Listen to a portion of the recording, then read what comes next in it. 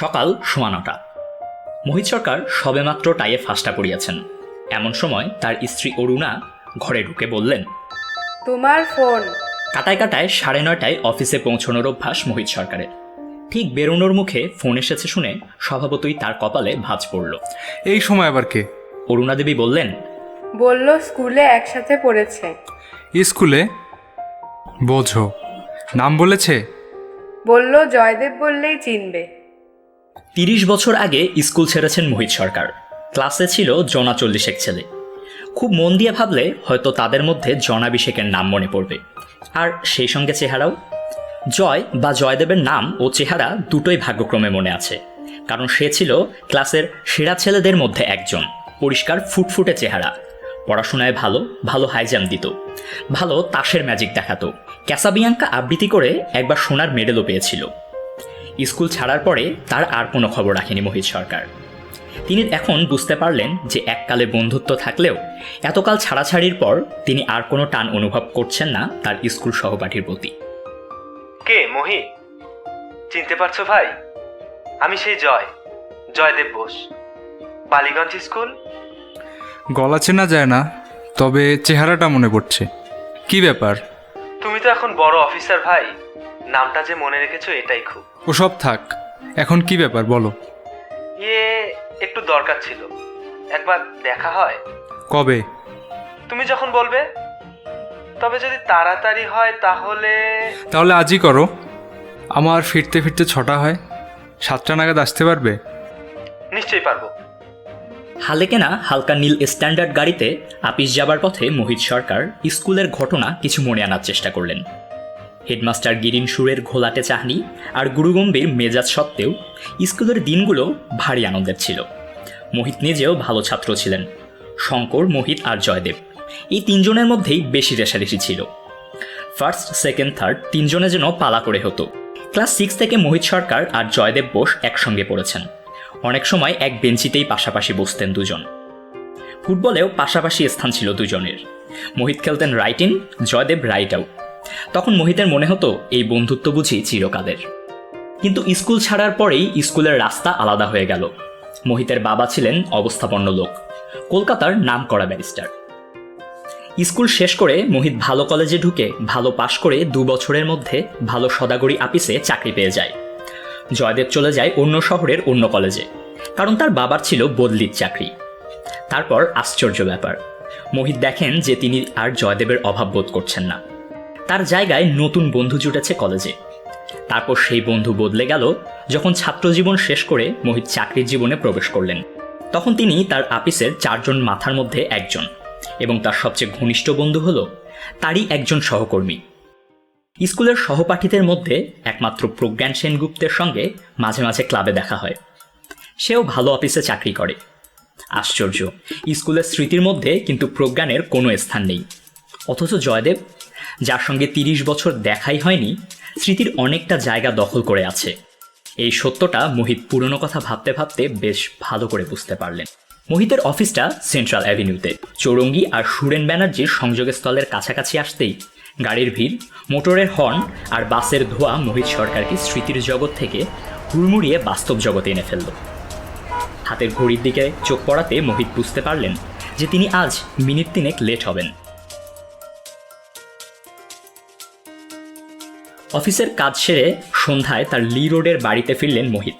তখন তার মনে বালিগঞ্জ গভর্নমেন্ট স্কুলের স্মৃতির কণামাত্র অবশিষ্ট নেই। সত্যি বলতে কি, তিনি সকালের টেলিফোনের কথাও বেমালুম ভুলে গিয়েছিলেন। সেটা মনে পড়ল যখন বেয়ারা বিপিন বৈঠকখানায় এসে তার রুলটনা খাতার পাতা ভাঁজ করে ছেঁড়া একটা চিরকুট দিল। তাতে ইংরেজিতে লেখা Joydev Bose, as per appointment. রেডিওতে বিবিসির খবরটা বন্ধ করে মোহিত বিপিনকে বললেন, ভিতরে আসতে বলো। আর বলেই মনে হলো জয় এতকাল পরে এসেছে, তার জন্য কিছু খাবার আনিয়ে রাখা উচিত ছিল।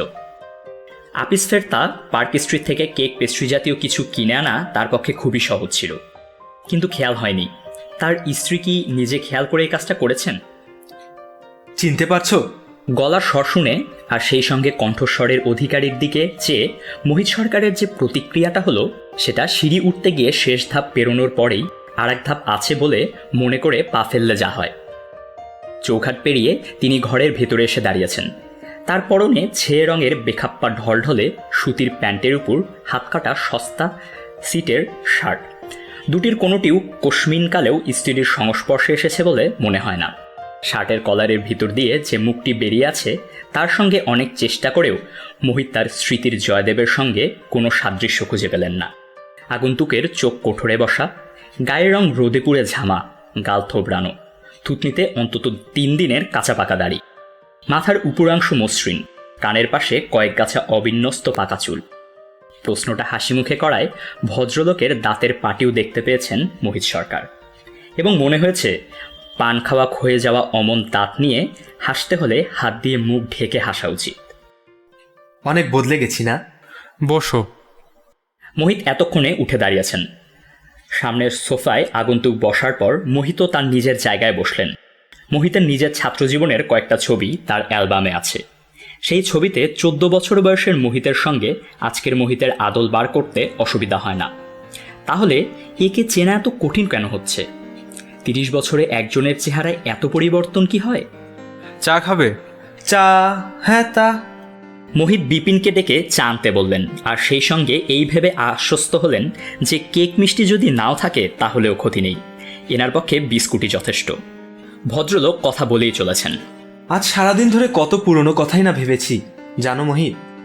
মোহিত নিজেও যে কিছুটা সময় তাই করেছেন সেটা আর বললেন না। LCM GCM কে মনে আছে? মোহিতের মনে ছিল না, কিন্তু বলতেই মনে পড়ল।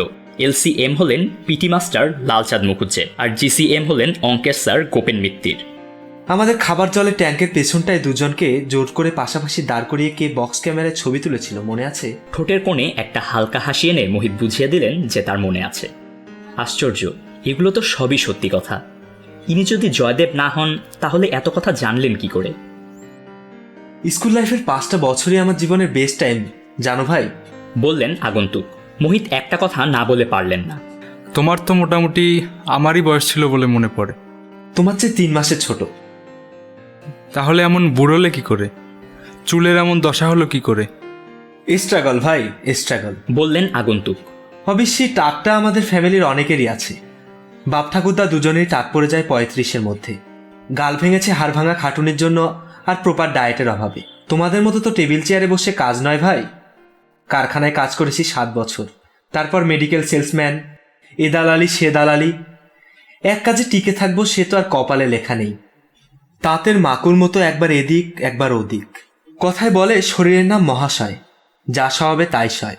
অথচ তাতে শেষ অবধি শরীরটা গিয়ে কি দাঁড়ায় তা তো আর বলে না। সেটা আমায় দেখে বুঝতে হবে। বিপিন চা এনে দিল, সঙ্গে প্লেটে সন্দেশ আর সিঙ্গারা। গিন্নির খেয়াল আছে বলতে হবে।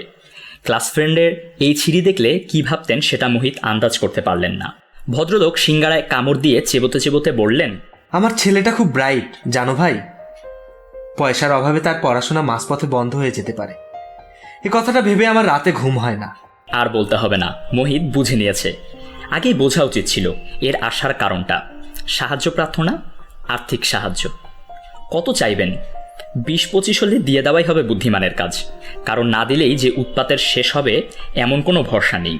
দ্বিতীয় সিঙ্গারাটাও উঠে গেল প্লেট থেকে। মোহিত সুযোগ পেলেই জয়দেবের সেই ছেলে বয়সের চেহারার সঙ্গে আগন্তুকের চেহারা মিলিয়ে দেখছেন, আর ক্রমেই তার বিশ্বাস বদ্ধমূল হচ্ছে যে এই বালকের সঙ্গে এই প্রৌঢ়ের কোনো সাদৃশ্য নেই। চায়ে সশব্দ চুমুক দিয়ে বললেন আগন্তুক, তাই বলছিলাম ভাই, অন্তত শখানেক কি সদেরেক যদি এই পুরনো বন্ধুর হাতে তুলে দিতে পারো তাহলে। Very sorry. টাকার কথাটা উঠলেই সরাসরি না করে দেবেন এটা মোহিত মনে মনে স্থির করে ফেলেছিলেন, কিন্তু এখন মনে হলো ব্যাপারটা এত রূঢ়ভাবে না বললেও চলতো। তাই নিজেকে খানিকটা শুধরে নিয়ে গলাটাকে আরেকটু নরম করে নিয়ে বললেন, সরি ভাই, আমার কাছে জাস্ট নাও ক্যাশের একটু অভাব। আমি কাল আসতে পারি, এনিটাইম, তুমি যখনই বলবে। কাল আমি একটু কলকাতার বাইরে যাব, ফিরবো 3-3 পরে। তুমি রোববার এসো। আগন্তুক যেন খানিকটা চুপসে গেলেন। মোহিত মনস্থির করে ফেলেছেন ইনি যে জয়, চেহারায় তার কোনো প্রমাণ নেই। কলকাতার মানুষ ধাপ্পা দিয়ে টাকা রোজগারের হাজার ফিকির জানে। ইনি যদি জালিয়াত হন, হয়তো আসল জয়দেবকে চেনেন। তার কাছ থেকে 30 বছর আগের বালিগঞ্জ স্কুলের কয়েকটা ঘটনা জেনে নেওয়া আর এমন কি কঠিন কাজ। শুক্রবার ঈদের ছুটি। মোহিতের আগে থেকেই ঠিক আছে বারুইপুরে এক বন্ধুর বাগান বাড়িতে সস্ত্রীক গিয়ে উইকেন্ড কাটিয়ে আসবেন। দুদিন থেকে রবিবার রাতে ফেরা, সুতরাং ভদ্রলোক সকালে এলে তাকে পাবেন না। এই প্রতারণাটুকুরও প্রয়োজন হতো না যদি মোহিত সোজাসুজি মুখের উপর না পড়তে না দিতেন। কিন্তু কিছু লোক আছে যাদের দ্বারা এ জিনিসটা হয় না। মোহিত এই দলেই পড়েন। রবিবার তাকে না পেয়ে যদি আবার আসেন ভদ্রলোক, তাহলে তার সঙ্গে দেখা না করার কোনো অজুহাত বার করবেন মোহিত সরকার। তারপর হয়তো আর বিরক্ত হতে হবে না। আগন্তুক চায়ের কাপে শেষ চুমুক দিয়ে সেটা নামিয়ে রাখতেই ঘরে আরেকজন পুরুষ এসে ঢুকলেন। ইনি মোহিতের অন্তরঙ্গ বন্ধু বাণীকান্ত সেন। আরও দুজন আসার কথা আছে, তারপর তাসের আড্ডা বসবে। এটা রোজকার ঘটনা। বাণীকান্ত ঘরে ঢুকেই যে আগন্তুকের দিকে একটা সন্দিগ্ধ দৃষ্টি দিলেন, সেটা মোহিতের দৃষ্টি এড়ালো না। আগন্তুকের সঙ্গে বন্ধুর পরিচয়ের ব্যাপারটা মোহিত অম্লান বদনে এড়িয়ে গেলেন। আগন্তুক উঠে দাঁড়িয়েছেন। ভদ্রলোক বেরিয়ে যাবার পর মুহূর্তেই বাণীকান্ত বন্ধুর দিকে ফিরে ভ্রু কুঞ্চিত করে বললেন, এই লোক তোমাকে তুই করে বলছে, ব্যাপারটি কি? এতক্ষণ তুমিই বলছিল, শেষে তোমাকে শুনিয়ে হঠাৎ তুই বলল। লোকটা কে? মোহিত উত্তর না দিয়ে বুকশেলফ থেকে একটা পুরনো ফটো অ্যালবাম বার করে তার একটা পাতা খুলে বাণীকান্তর দিকে এগিয়ে দিল। এই কি তোমার স্কুলের গ্রুপ নাকি? বোটানিক্সে পিকনিকে গিয়েছিলাম, বললেন মোহিত সরকার। কারা এই 5 জন? আমাকে চিনতে পারছো? দাঁড়াও দেখি। অ্যালবামের পাতাটাকে চোখের কাছে নিয়ে বাণীকান্ত সহজেই তার বন্ধুকে চিনে ফেললেন।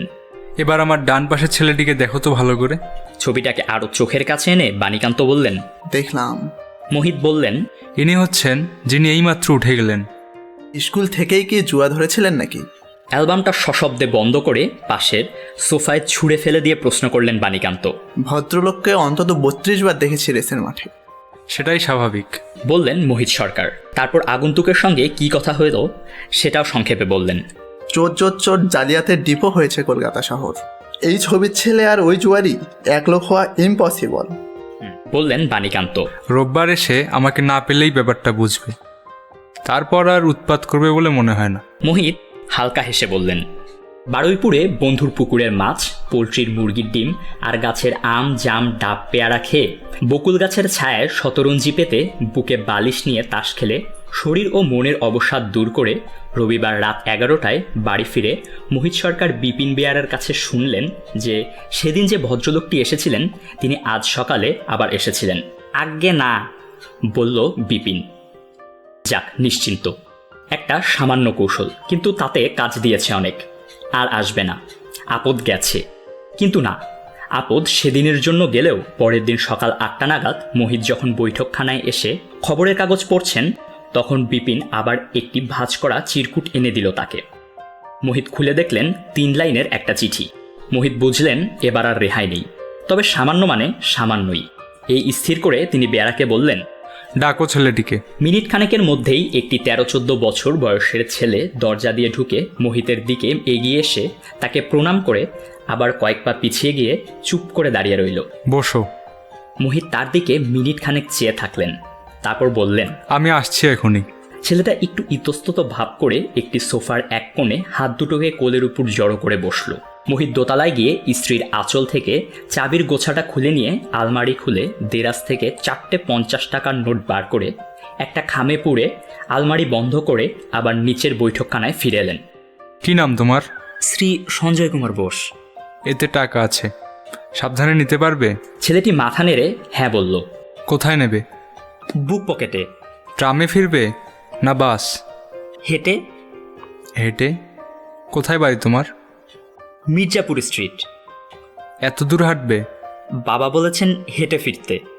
তার চেয়ে এক কাজ করো, ঘন্টাখানেক বসো, চা মিষ্টি খাও, অনেক বইটই আছে দেখো। আমি 9টায় অফিসে যাব, আমায় নামিয়ে দিয়ে আমার গাড়ি তোমায় বাড়ি পৌঁছে দেবে। তুমি বাড়ি চিনিয়ে দিতে পারবে তো? ছেলেটি আবার মাথা নেড়ে হ্যাঁ বলল। মোহিত বিপিনকে ডেকে ছেলেটির জন্য চা দিতে বলে অফিসে যাবার জন্য তৈরি হতে দোতলায় রওনা হলেন। ভারী হালকা বোধ করছেন তিনি, ভারী প্রসন্ন। জয়কে দেখে না চিনলেও তিনি তার ছেলে সঞ্জয়ের মধ্যে তার 30 বছর আগের ক্লাস ফ্রেন্ডটিকে ফিরে পেয়েছেন।